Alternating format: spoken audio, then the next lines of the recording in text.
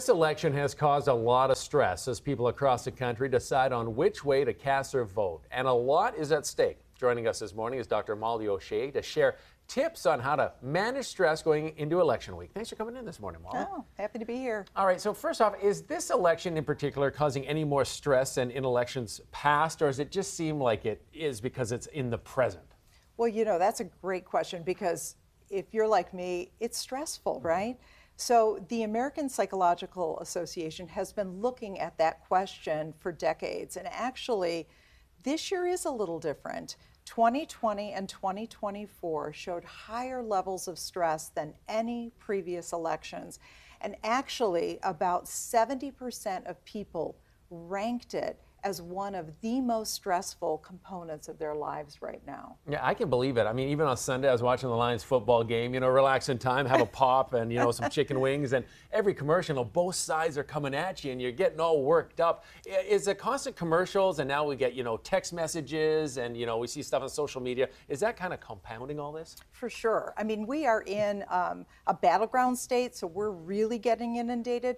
But even people who are in states that aren't really being contested are seeing stuff 24/7 about the election and on their social media too.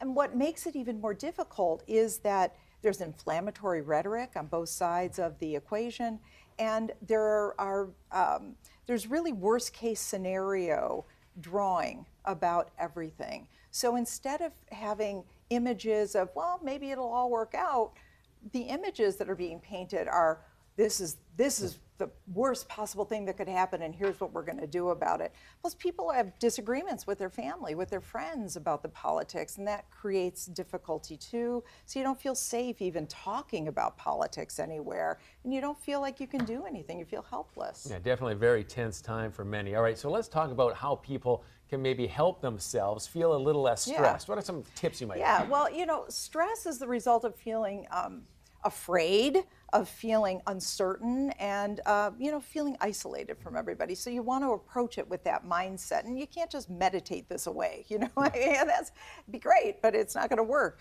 So you need to begin to control what you see and what you listen to and how you interact with the world. So if you understand that listening to all this stuff all the time is really ramping you up, maybe you read the news for a little while as opposed to listening to it and watching it.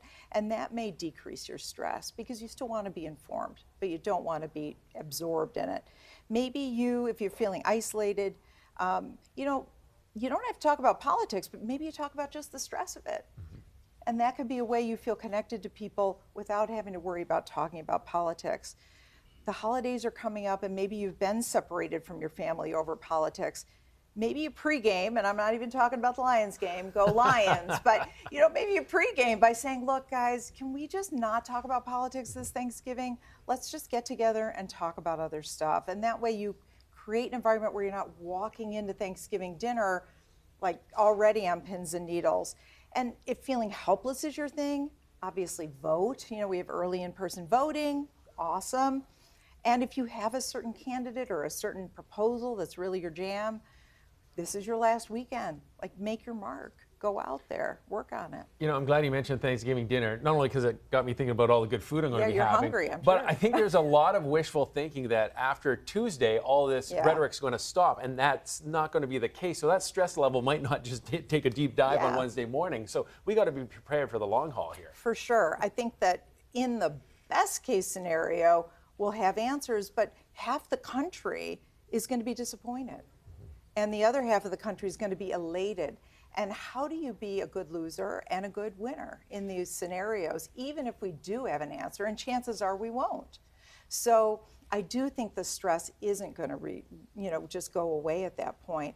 And that is where talking about with your colleagues, with your friends, with your coworkers, about the stress and maybe getting a pact of setting boundaries and saying, look, I know we're not going to talk about politics, but let's try to really be connected in other ways. I mean, people deal with stress in different ways. I know when I start feeling stressed, I feel like I'm getting a little anxious, maybe get a little snippy. But what are some signs people should look out for to realize that they are in a stressful situation and actually probably are a little stressed out?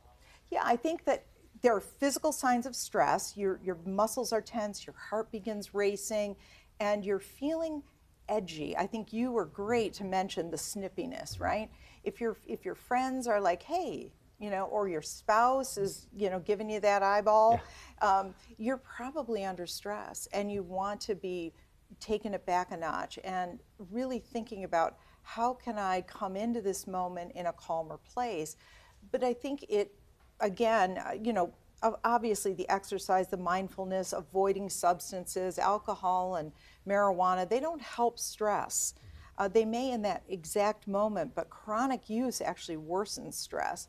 So I do think it is going to be important for people to limit their exposure, change the way they consume media, and then actually talk about the stress, because isolation, huge part of stress. So bringing yourself to your partner in a way that says, look, I'm really sorry, but I'm super stressed about this. Can you help me manage it? I think that's going to be an important part of it. Yeah, open communication helps in so many ways. Molly, Yeah. thanks a lot for sharing some of Yeah. those tips as we get ready for Election Day on Tuesday. Really Great to be appreciate it. here. Great to be here.